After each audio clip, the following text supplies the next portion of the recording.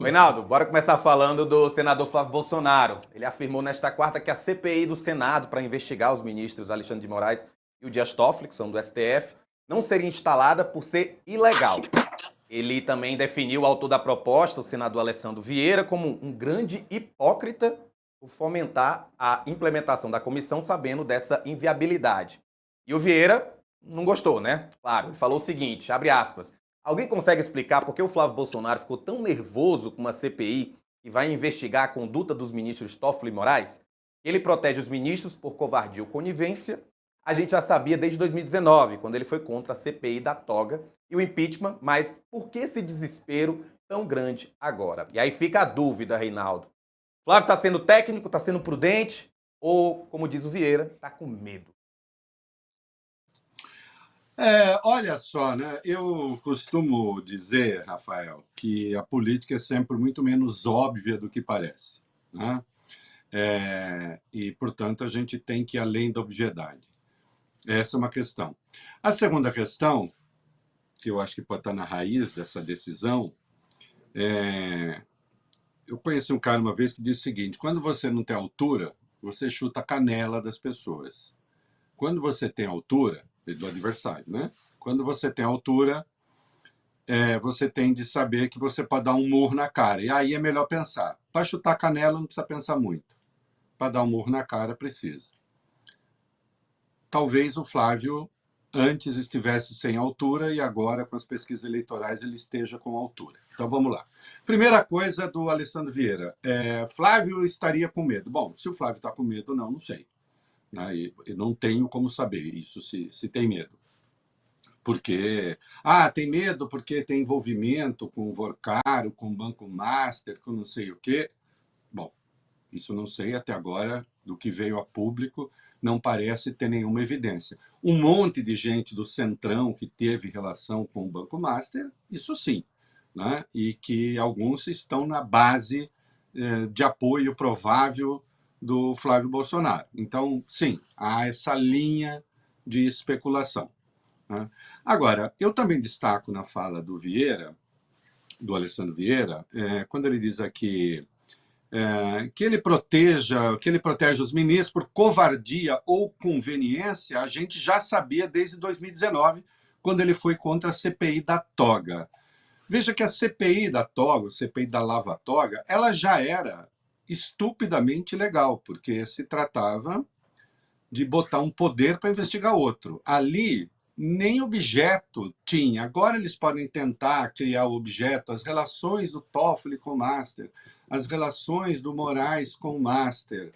Tentar ali um objeto, né? Coisa que de qualquer modo está em apuração, mas no mérito, sim, o Flávio Bolsonaro tem razão, a CPI seria ilegal. De novo, eu não tenho nenhum prazer em ficar indo na contracorrente e na contramão. Concordar com o Flávio, então, desses momentos realmente raros, né? Sim, seria legal. Agora, é preciso destacar, e não dá para fazer de conta que não aconteceu, que ele assinou a CPI, o pedido de CPI. Ele assinou 35 assinaram, eu fiz a conta, estou com a lista aqui, não vou cacetear vocês lendo nome por nomes, mas eu fiz uma contabilidade que é significativa. Dos 35 que assinaram, 29 são bolsonaristas. Por exemplo, o estrategista Rogério Marinho, eu discordo de muita coisa do Rogério Marinho, do PL do Rio Grande do Norte, muita coisa, né? Agora, eu só não direi uma coisa, que ele seja burro. Ou que ele é burro. Isso ele não é. Né? E ele é um dos estrategistas da campanha do Flávio. Ele também assinou. 29 são bolsonaristas. 5 são críticos contumazes do Supremo. A gente não gosta do Supremo, acho que o Supremo, em um momento ou outro, ou não gosta do Supremo inteiro, ou não gosta dos 2 ou 3 ministros do Supremo, e só um não tem uma marca clara ali. Né? Que é o Flávio Arnes, né? Do PSB. Mas tem 29 bolsonaristas. Evidentemente né? O Flávio, ao fazer isso, ao falar isso, ele está, entendo, ele não pode manter a assinatura dele, né? Como é que ele vai manter a assinatura dele? Tem que retirar do pedido, que pode retirar.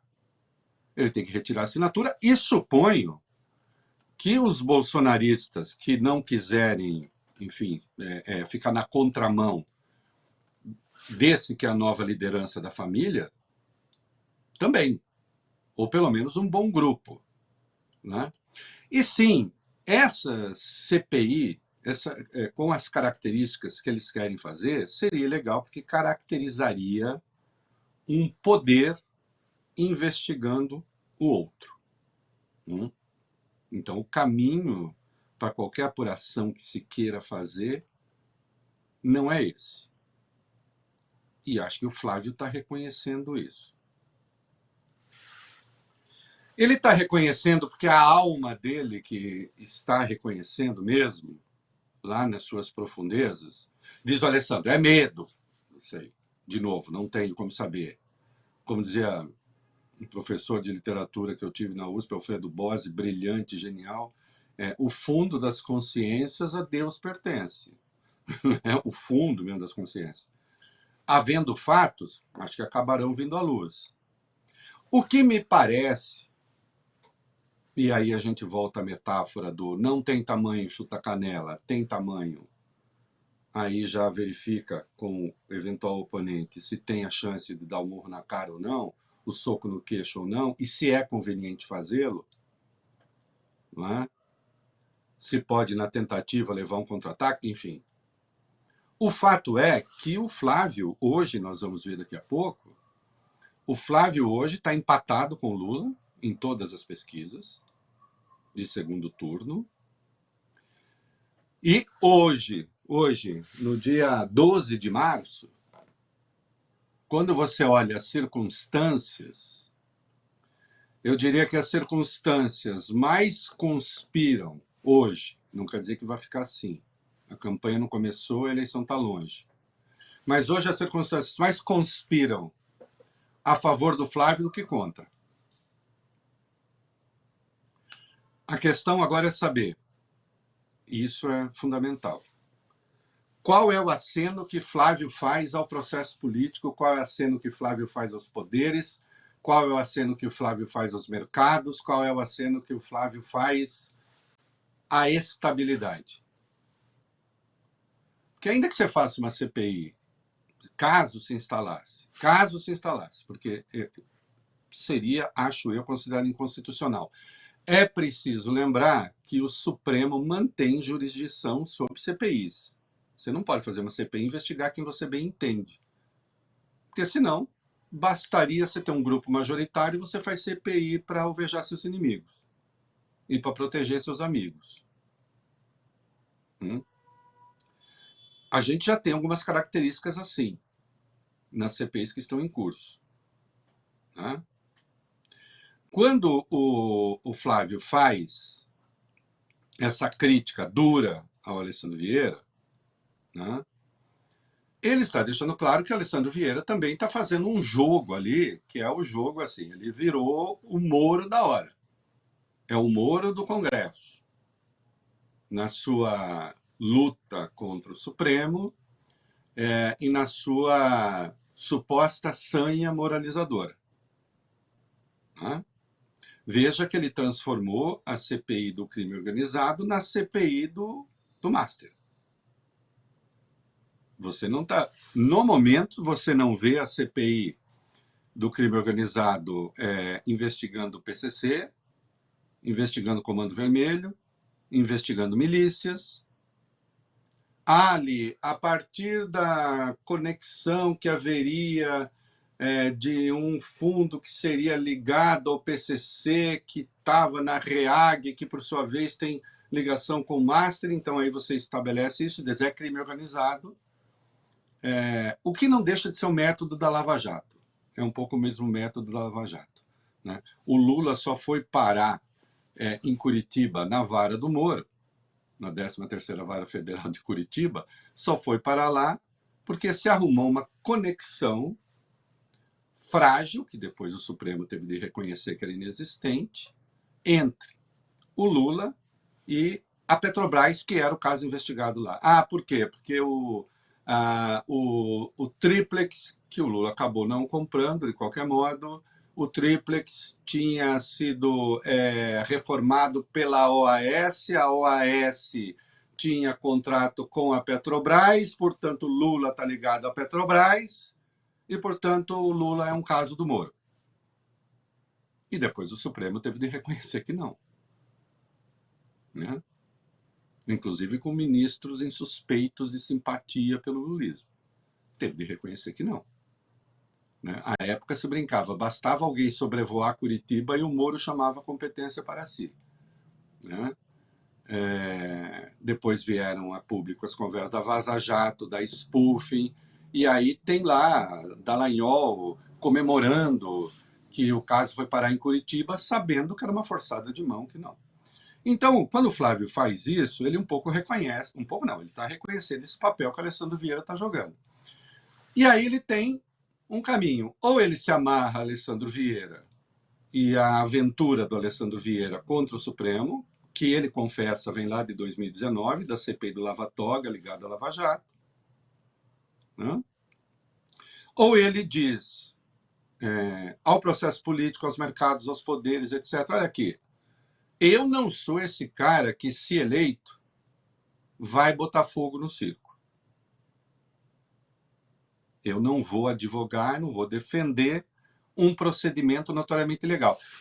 Sim, de ontem para hoje, ou de anteontem, quando ele assinou, é uma mudança e tanto. Não sei como vai ser com esta rua bolsonarista que está aqui, esses outros que assinaram. Os outros 28 bolsonaristas que assinaram. Né? E agora, enfim, o Flávio não tem como manter assinatura, ou ele vai manter a assinatura numa CPI que ele acha impossível, que ele disse é hipócrita e que ele disse é ilegal. Ele pode ter obtido esse parecer depois, não sei. Ah, não, só está tentando diminuir a fervura porque também agora não interessa botar fogo no circo. Bom, a quem interessa botar fogo no circo também é uma questão. Né? Porque, veja só, ainda que se fizesse a CPI, presta atenção nisso aqui, porque nós estamos em tempos em que ponderação tem valido pouco, mas, enfim, é assim que nós somos. Né? Uma CPI que se fizesse do Supremo, aí você ia começar. A quantidade de requerimentos que apareceriam, se instalada fosse, para começar a discutir voto por voto de ministro do Supremo, por que votou desse jeito aqui, por que votou desse jeito ali, porque você não tem Supremo. Você não tem Supremo. Você estabeleceria um controle, em vez de o Supremo ter a palavra final sobre Constituição, etc., e ter o direito de errar por último, como se diz, você subordinaria esse Supremo a maiorias de ocasião. A maioria hoje é uma maioria conservadora, talvez fique por um bom tempo, mas ela também pode deixar de ser. Né? O Supremo tem de ser fator, é o meu primeiro artigo no Metrópole, o Supremo tem de ser fator de estabilidade institucional e não de instabilidade. Ah, mas isso a qualquer custo? Não, a qualquer custo não. Mas é preciso seguir ritos legais. Né? O Flávio está dizendo isso. De novo, isso está na alma profunda dele? Eu te diria, o Flávio que falava extremismos não estava empatado. O Flávio que falava extremismos é do tempo, tem um vídeo do Eduardo Bolsonaro, para um podcast chamado Market Makers, de novembro do ano passado, em que o Eduardo diz que eles até poderiam perder a eleição, mas eles queriam manter a coesão ideológica. Ali se contava a possibilidade de perder. Eu tenho para mim, eu faço uma ironia às vezes, eu acho que nem o Flávio acredita direito nesses índices dele. Eu sempre acreditei que ele fosse conseguir. Conseguir, que eu digo, é ser competitivo, desde o primeiro dia.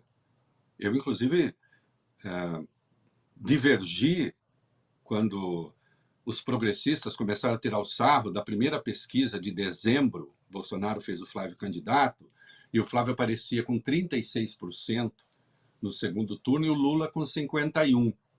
E aí disseram, olha aí, viva Eduardo, Eduardo fez o Flávio candidato. Eu disse, para com isso. O Bolsonaro vai transferir os votos dele. E o Bolsonaro tem metade quase do eleitorado. E ele é um sobrenome Bolsonaro. Não vai ser difícil fazer essa transferência. Os radicais... Presta atenção nessa conta, Rafael, isso é muito importante. Quando você se chama Bolsonaro, a extrema-direita já está com você. A extrema-direita já está com você. E os progressistas, de maneira geral, não estarão. Certo? Pode estar com qualquer outra pessoa. Com um Bolsonaro, não. Né? Qualquer outra pessoa, não. Vai os progressistas com os progressistas. Quem é que o Flávio tem que ganhar? E essa questão se coloca ao PT também. Que eleitorado tem que chegar? É o eleitorado que não quer saber de muita confusão. É o eleitorado que não quer saber de muito confronto. É o eleitorado que precisa de estabilidade. O próprio processo político, os mercados, o empresariado.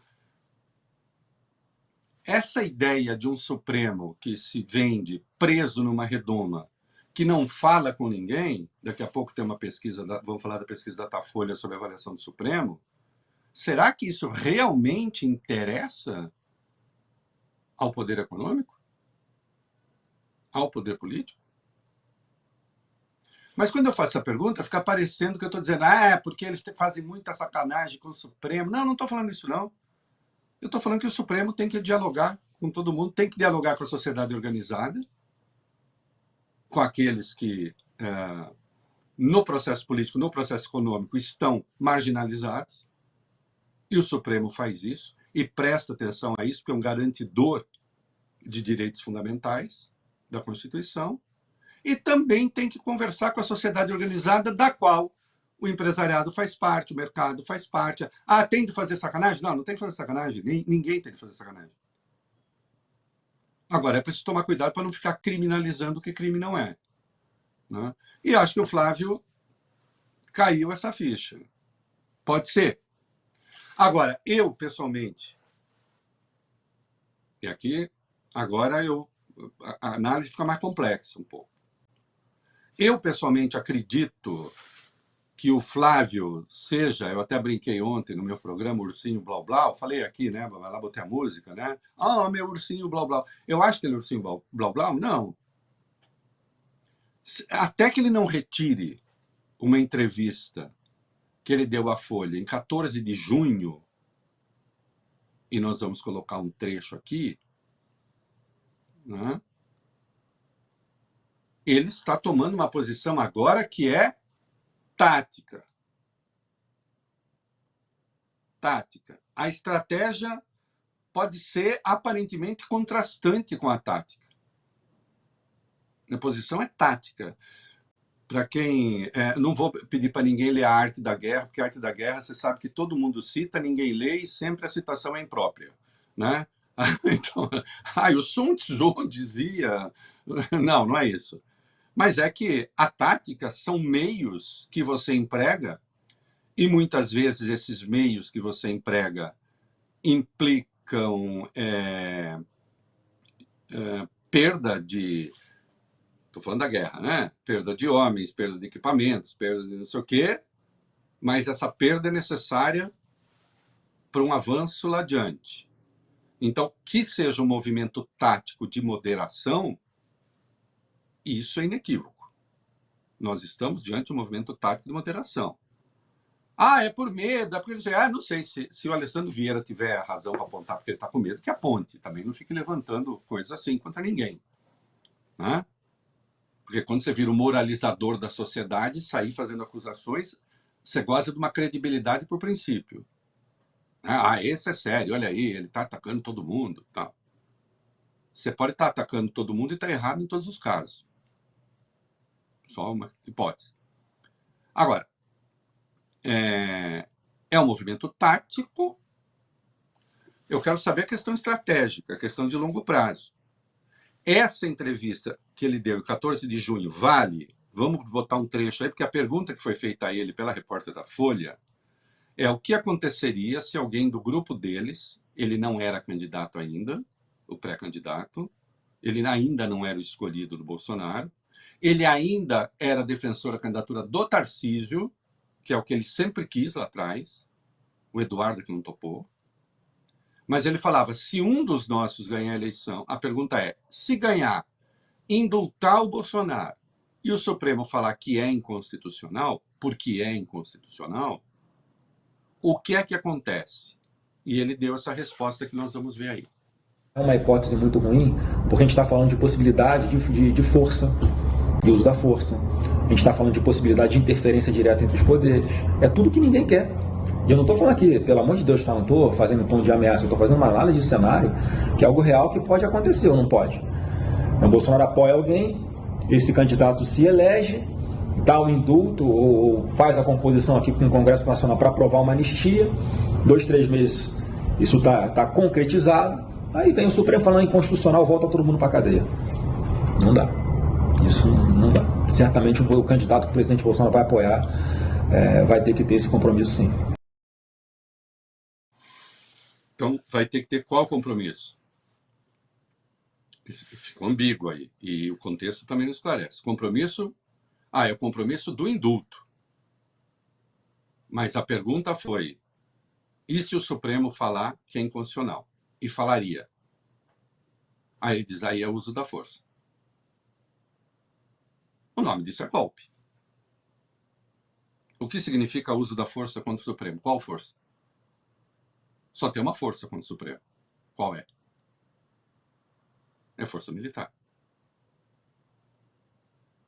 Então, esse Flávio que hoje diz a CPI contra o Supremo é inconstitucional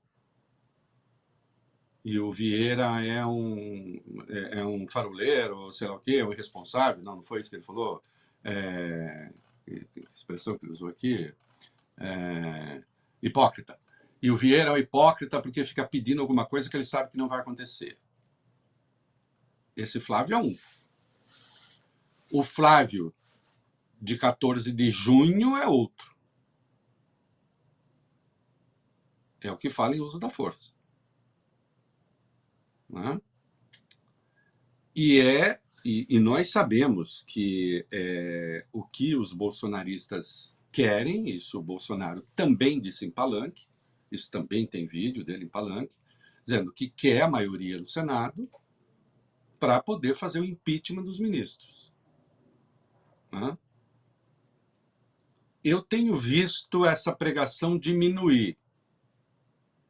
Eu acho que está em construção uma versão moderada do Flávio.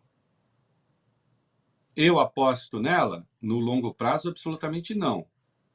Como estratégia eleitoral, é inteligente. Ou alguém deixará, ou algum bolsonarista deixará de votar no Flávio por causa disso? Não vai deixar. Né? E ele pode atrair moderados e atrair o apoio do empresariado, do capital. Se alguém está achando que eleição só se faz com fundo eleitoral, eu não estou falando de caixa 2, não. Necessariamente. Mas se alguém está achando que eleição se faz só com fundo eleitoral, está mal informado, porque não é.